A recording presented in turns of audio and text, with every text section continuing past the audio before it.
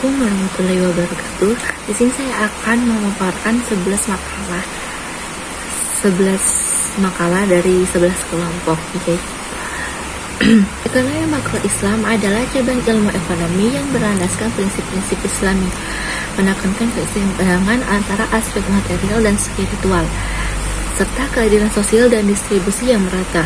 Tujuannya adalah menciptakan kesejahteraan umat dan memperhatikan moral dan etika. Pengertian ekonomi makro Islam. Ekonomi makro Islam membahas kebijakan ekonomi skala nasional atau global berdasarkan prinsip syariah, fokus pada pertumbuhan ekonomi, stabilitas keuangan, distribusi pendapatan, dan kesejahteraan masyarakat secara holistik. Prinsip-prinsip ekonomi makro Islam ada tauhid, keadilan dan keseimbangan, larangan riba, gharar dan maisir, kesejahteraan sosial atau maslahah, kepemilikan dalam Islam, peran negara, kerja keras dan produktivitas, dan stabilitas ekonomi. Implementasi ekonomi makro Islam ada 6, yaitu 1. Kebijakan fiskal, 2. Kebijakan moneter, 3. Sistem keuangan, 4. Distribusi pendapatan, 5. Peran pemerintah. Studi kasus di berbagai negara, yaitu di negara Malaysia, Indonesia, Arab Saudi, Brunei, dan Turki. Oke, lanjut. Oke, saya akan melanjutkan materi berikutnya dengan judul Uang dalam Ilmu Makro Islam dan Konvensional. Uang merupakan elemen kunci dalam sistem ekonomi, baik Islam maupun konvensional. Namun, konsep pengelolaannya berbeda antara kedua sistem. Ekonomi konvensional memandang uang sebagai komoditas yang dapat diperdagangkan dan diinvestasikan untuk keuntungan pribadi, sementara ekonomi Islam menekankan fungsi uang sebagai alat tukar yang harus dikelola sesuai prinsip syariah seperti larangan riba dan gharar. Perbedaan ini memiliki implikasi signifikan terhadap stabilitas ekonomi dan kesejahteraan sosial. Sejarah uang pada masa keislaman. Pada masa Nabi Muhammad, masyarakat Arab menggunakan dinar emas dan dirham perak dari Bizantium dan Persia. Masa Khalifah Umar, standarisasi berat dinar 4,25 gram emas 22 karat dan dirham 3 gram perak murni. Masa Umayyah, Khalifah Abdul Malik bin Marwan menciptakan mata uang Islam mandiri lepas dari pengaruh Bizantium atau Persia. Uang digunakan untuk transaksi, pajak, dan pembiayaan negara. Masa Abbasiyah dan Ottoman, fluktuasi nilai dinar dan dominasi perak akibat peperangan. Sistem moneter Ottoman berbasis emas perak dengan rasio 1:15. Definisi uang. Definisi uang menurut definisi uang. Ekonomi konvensional menurut Adam Smith, alat tukar untuk mengatasi keterbatasan barter. Menurut Keynes, alat pembayaran dengan 3 fungsi, yaitu tukar, hitung, dan simpan nilai. Ekonomi konvensional menurut Samuelson, alat penggerak aktivitas ekonomi. Ekonomi Islam menurut Ibnu Khaldun, uang, emas atau perak sebagai alat tukar dengan nilai intrinsik, larangan manipulasi. Menurut Al-Ghazali, yang uang tidak bernilai intrinsik, hanya alat tukar yang harus digunakan secara produktif.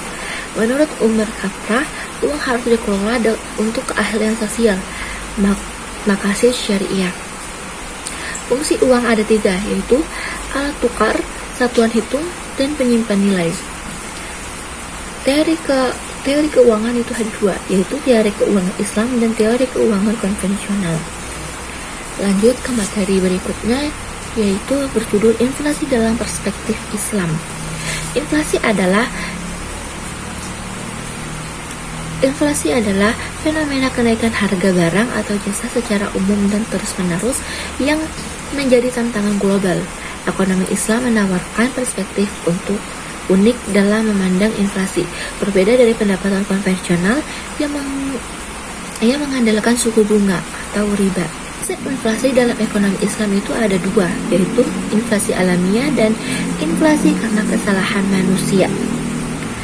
Dan inflasi karena kesalahan manusia itu terbagi menjadi 5, yaitu riba atau bunga, 2 penimbunan atau ihtikar, 3 pencetakan uang berlebih, 4 manipulasi pasar, dan yang terakhir atau yang kelima konsumsi berlebihan atau israf. Solusi Islam untuk mengatasi inflasi itu ada 7, yaitu sistem keuangan syariah, optimalisasi zakat dan sedekah, mata uang stabil, hisbah atau pengawasan pasar, 5 penguatan sektor real, 6 pemerataan pendapatan, dan 7 gaya hidup sederhana. Materi selanjutnya yaitu berjudul Teori Nilai Tukar Islam. Nilai tukar memegang peran kunci dalam perdagangan internasional dan stabilitas ekonomi. Ekonomi konvensional mengatur nilai tukar berdasarkan faktor seperti suku bunga dan spekulasi pasar, sementara ekonomi Islam menawarkan pendekatan berbasis syariah yang menolak riba, gharar, ketidakpastian berlebihan, dan spekulasi.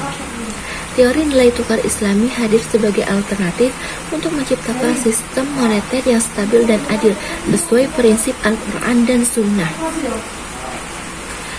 Konsep nilai tukar dalam ekonomi Islam itu ada 2, yaitu nilai tukar harus mencerminkan nilai intrinsik mata uang, dan 2 transaksi harus bebas dari riba dan spekulasi, serta mengutamakan keadilan dan stabilitas. Prinsip-prinsip nilai tukar Islam itu ada 5, yaitu larangan riba, larangan gharar, berdasarkan nilai real, dan stabilitas moneter. Tantangan implementasi itu ada 3, yaitu dominasi sistem fiat money global, infrastruktur keuangan syariah yang belum memadai, dan yang ketiga ketergantungan ekonomi global pada nilai tukar mengambang. Solusinya yaitu perdagangan berbasis dinar atau dirham, pengembangan pasar keuangan syariah, dan kerjasama negara muslim. Materi selanjutnya yaitu berjudul Kebijakan Moneter dalam Ekonomi Islam. Kebijakan moneter Islam adalah instrumen untuk mengatur jumlah uang beredar dan stabilitas ekonomi berdasarkan prinsip syariah seperti larangan riba atau bunga dan penekanan pada keadilan sosial. Berbeda dengan kebijakan moneter konvensional yang mengandalkan suku bunga, ekonomi Islam menawarkan pendekatan berbasis bagi hasil dan sektor real.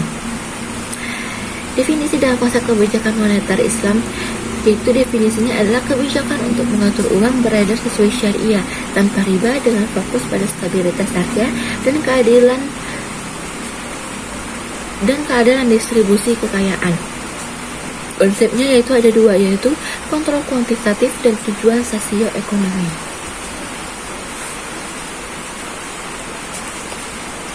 Peran bank sentral itu ada fungsinya, ada 2, yaitu menggunakan peran Baitul Ma'al atau lembaga keuangan era awal Islam. Dan yang kedua, mengawasi perbankan syariah dan menjaga stabilitas nilai tukar. Contohnya, Bank Sentral Sudan dan Iran menerapkan instrumen syariah seperti reserve requirement dan sukuk. Instrumen kebijakan moneter Islam itu ada 2, yaitu kontrol kuantitatif dan instrumen sosial. Contoh penerapan di negara muslim ada 3 negara, yaitu Sudan, Iran, dan Indonesia. Dan materi selanjutnya berjudul Money Supply and Money Demand. Uang memainkan peran sentral dalam perekonomian sebagai alat tukar, menyimpan nilai, dan satuan hitung. Keseimbangan antara money supply, penawaran uang, dan money demand, permintaan uang, sangat penting untuk stabilitas ekonomi. Ketidakseimbangan dapat menyebabkan inflasi jika penawaran uang berlebihan, atau resesi jika permintaan uang terlalu tinggi. Pengertian money supply adalah jumlah uang beredar termasuk uang tunai dan simpanan berjangka. Contohnya yaitu peningkatan money supply dapat mendorong pertumbuhan ekonomi tetapi beresiko inflasi jika tidak diimbangi produksi barang atau jasa. Pengertian money demand yaitu keinginan masyarakat memegang uang liquid untuk transaksi, berjaga-jaga, dan spekulasi. Hubungan dan dampak ketidakseimbangan. Keseimbangannya yaitu penawaran, ketidakseimbangannya yaitu money supply dan money demand. Bukti empiris di Indonesia. Contoh kebijakan moneter ada dua, yaitu ekspansif dan kontraktif. Lanjut ke materi berikutnya yang berjudul kebijakan fiskal Islam. Kebijakan fiskal merupakan instrumen pemerintah untuk mengatur pendapatan, pajak atau zakat, dan pengeluaran negara, subsidi dan pembangunan, guna mencapai stabilitas ekonomi. Dalam perspektif Islam, kebijakan fiskal tidak hanya berfokus pada pertumbuhan ekonomi, tetapi juga pada keadilan sosial, pemerataan kekayaan dan kesejahteraan umat berdasarkan prinsip syariah. Praktik kebijakan fiskal Islam telah ada sejak masa Rasulullah SAW melalui pengelolaan zakat, infak, dan baitul mal. Pengertian kebijakan fiskal Islam yaitu kebijakan pemerintah dalam mengatur pendapatan dan belanja negara sesuai prinsip syariah dengan instrumen seperti zakat, pajak atau kharaj dan jizyah, dan infak. Tujuannya yaitu mencapai stabilitas ekonomi dan pertumbuhan, mewujudkan keadilan distribusi kekayaan, dan menghindari praktik riba dan eksploitasi.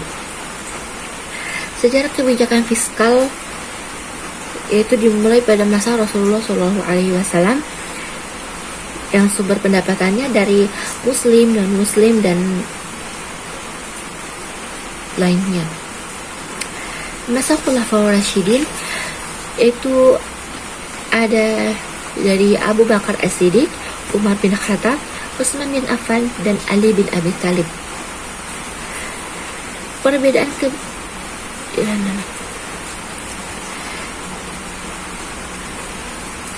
manajemen kebijakan fiskal Islam itu ada dua, yaitu prinsip pengelolaan dan peran negara. Materi selanjutnya yaitu berjudul Kharaj based on productivity. Kharaj adalah pajak atas tanah pertanian dalam ekonomi Islam, terutama dikenakan pada non-muslim atau dhimmi. Pajak ini berfungsi sebagai sumber pendapatan negara dan insentif untuk meningkatkan produktivitas pertanian. Kharaj berbeda dengan jizyah. Jizyah itu pajak per kepala dan memiliki peran multifungsi seperti mendorong keadilan sosial, pengelolaan sumber daya berkelanjutan, dan stabilitas ekonomi. Konsep dasar kharaj yaitu sejarahnya. Kharaj diterapkan setelah penaklukan wilayah oleh Muslim pada abad ke-7 Masehi, diatur oleh Khalifah Umar bin Khattab berdasarkan produktivitas tanah. Jenis-jenis kharaj itu ada 4, yaitu kharaj tanah, kharaj hasil, dan kharaj tetap atau variabel, dan kharaj untuk non-muslim atau dhimmi. Produktivitas dalam ekonomi definisinya yaitu efisiensi penggunaan sumber daya, tenaga kerja, modal, dan teknologi untuk menghasilkan output. Faktor penentunya kualitas SDM, infrastruktur, teknologi, dan kebijakan publik. Contoh usahanya yaitu kerajinan tangan, produksi makanan, dan daur ulang. Hubungan kharaj dan produktivitas ada dua, yaitu insentif produktivitas dan dampak pengelolaan sumber daya.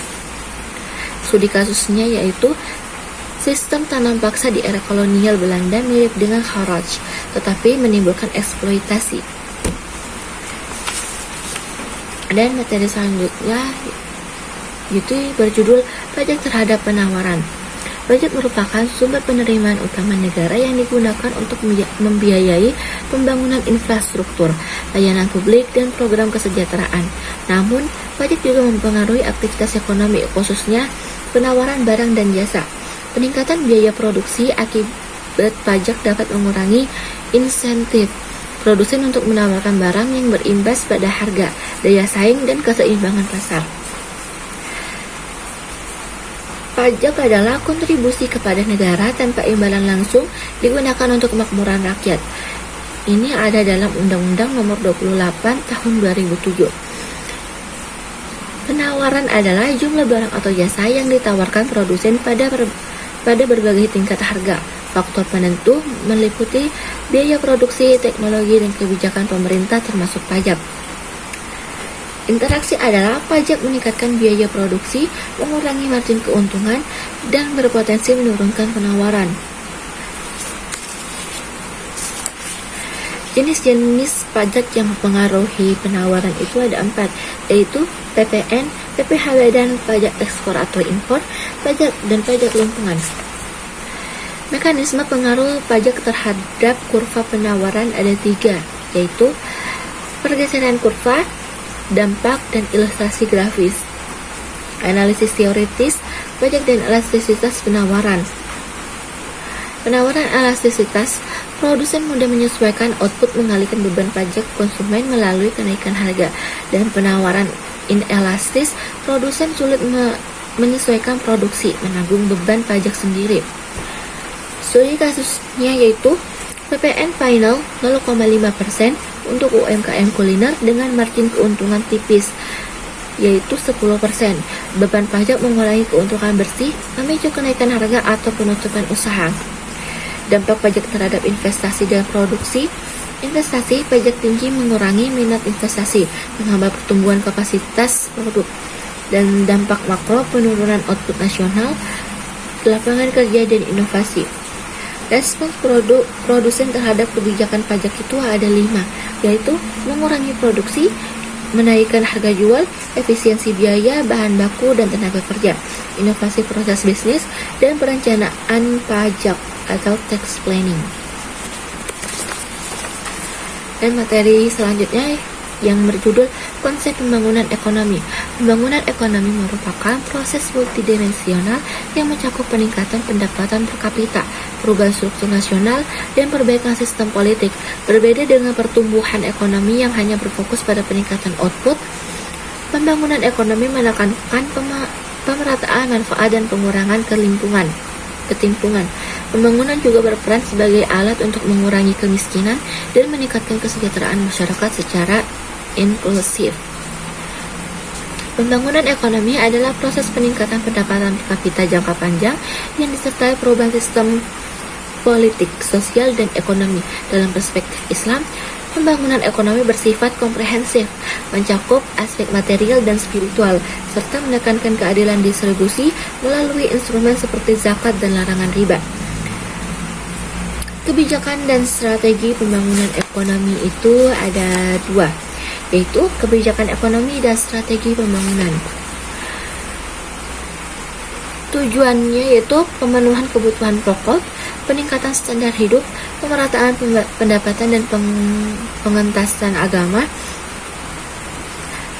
pemerataan pendapatan dan pengentasan kemiskinan, dan daya saing global dan keberlanjutan lingkungan. Dan manfaatnya yaitu peningkatan output nasional, kemudahan akses barang atau jasa, dan pilihan ekonomi, perubahan positif di bidang sosial, politik, dan ekonomi, dan pengurangan kesenjangan antar negara. Materi selanjutnya yaitu berjudul Pertumbuhan Ekonomi dan Perspektif Islam. Pertumbuhan ekonomi adalah elemen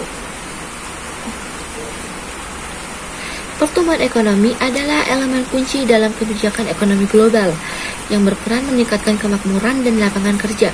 Namun, krisis ekonomi global dan praktik syariah seperti riba dan monopoli menghambat pencapaian tujuan ini. Islam menawarkan perspektif unik dengan menekankan keseimbangan antara materi dan spiritual dalam pertumbuhan ekonomi. Teori pertumbuhan ekonomi itu terbagi menjadi 3, yaitu teori klasik dari Adam Smith dan teori Malthus, dan yang terakhir teori Schumpeter. Pertumbuhan ekonomi dalam Islam yaitu definisinya proses peningkatan faktor produksi yang berlandaskan nilai-nilai syariah, mencakup keadilan distribusi dan tanggung jawab sosial. Prinsipnya yaitu ada tauhid, khalifah, dan tazkiyah. Model pertumbuhan ekonomi Islam yaitu ada 2, yaitu perbedaan dengan kapitalis dan contoh penerapannya. Contoh penerapannya yaitu Baitul Mal atau lembaga keuangan publik pada masa Khulafaur Rasyidin dan pelarangan riba dan promosi perdagangan adil. Aspek pembangunan ekonomi itu ada 5, yaitu pertumbuhan ekonomi atau PDB, distribusi pendapatan yang adil, perubahan struktur ekonomi dari agraris ke industri atau jasa, peningkatan SDM dan infrastruktur, dan kelestarian lingkungan. Paradigma pembangunan dalam Islam yaitu ada 3, yaitu holistik, contoh historis dari masa Rasulullah SAW dan masa Khulafaur Rasyidin, dan yang ketiga itu adalah modern. Baik, itu tadi adalah pemaparan materi yang bisa saya ringkas dari 11 makalah. Sekian dan terima kasih. Wassalamualaikum warahmatullahi wabarakatuh.